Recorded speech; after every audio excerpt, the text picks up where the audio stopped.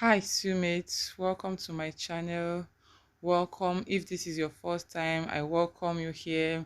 My name is Runo, Creative Director of La Ruby Claudia. So today I'll be showing you another interesting tutorial.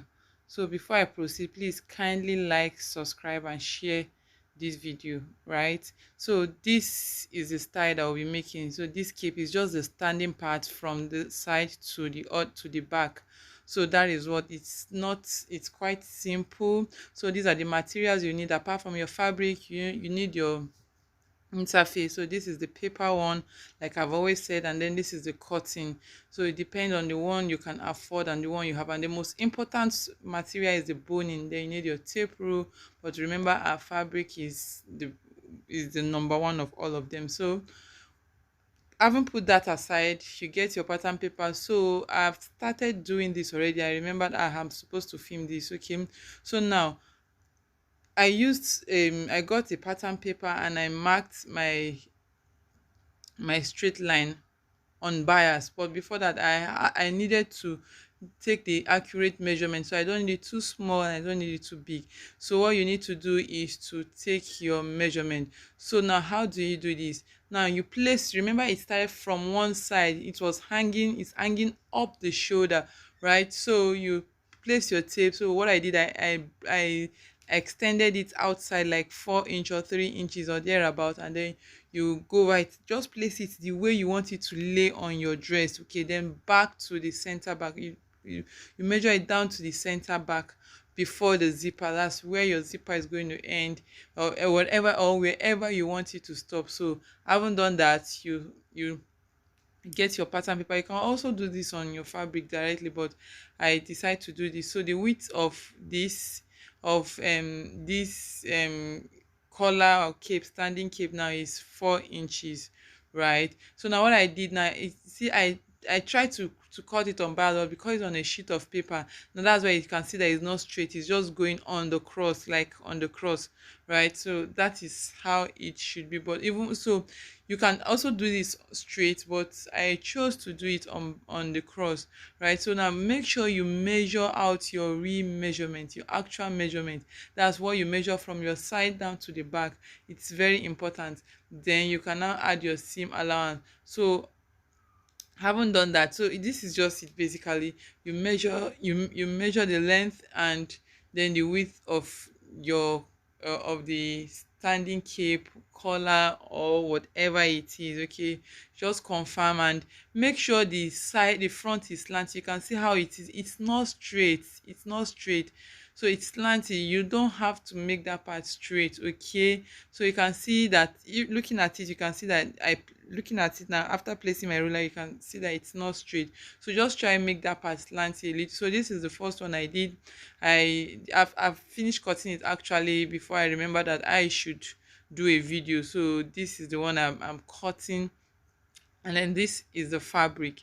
Okay, so I have ironed the interface already. So you need to cut two of these, two, like one as the main fabric and then the other one as the lining. So now what I like doing, I like using the paper stay interface for the lining, and then the cotton stay for the interface. So that's just the way I like doing it. Okay, so please be conscious of which side will be on where you start placing it. So that will determine how you place your interface. Okay, please, very very important. If you're not conscious of how it's going to place, you may just place it wrongly. Okay, so if it's going to be on the left, make sure you place your interface on your cutting interface on the left side. Just make sure to just place it correctly, and then you fold your fabric on bias. Like I said before, you're folding it on bias. So after folding, you pin. Remember to add your seam allowance. Please add your seam allowance up and down both side. Okay, so after adding your seam allowance, now I'm marking out my seam allowance with a pencil or with a chalk, whichever one. And then you can now start drawing your lines where you fix your boning. You see your, remember it's regime boning you are using. You see your boning on it. So now I actually marked about five. I actually mark about 5 lines here. I actually mark about 5 lines here. But later on, after doing it, I ended up um adding more lines to it. So what I did was there was no space anymore, so I just did it side by side. But for now, the way it is now, this is the first one I did, and I later, when I noticed that it's not as firm as it is, so I later add more slashes. So this is the style that I made. I use Regeline boning also, so you can do it to check. I'll drop the link in the description box. So that's the sleeve I made using Regeline boning. Okay, so that's aside. So you take your Regeline boning and then you place it. Now you remember, place it, you don't place it straight, please. You should curve it, like the part that is curvy, that's the part that will face your fabric. So you sew your Regeline boning first on your lining, very very important. Don't sew it on the main fabric. So after sewing it, you can iron, then you turn. You can now use the line, your main fabric, to turn it, or use the boning, the lining, to turn the main fabric. You just have to turn anyways. So you sew and then you iron. Then after ironing, that is after sewing your Regeline, then you iron, and then you can now use your main fabric, place them together correctly, and you can go ahead and sew. Right, remember you left space, the space you left from the at the beginning, like up both sides, that is where you'll be sewing. So you just sew from the beginning, you end at a point on both sides, so you'll be able to turn it. So you don't sew through, you have to sew and stop somewhere, like somewhere in the middle. Okay, so you'll be able to turn it.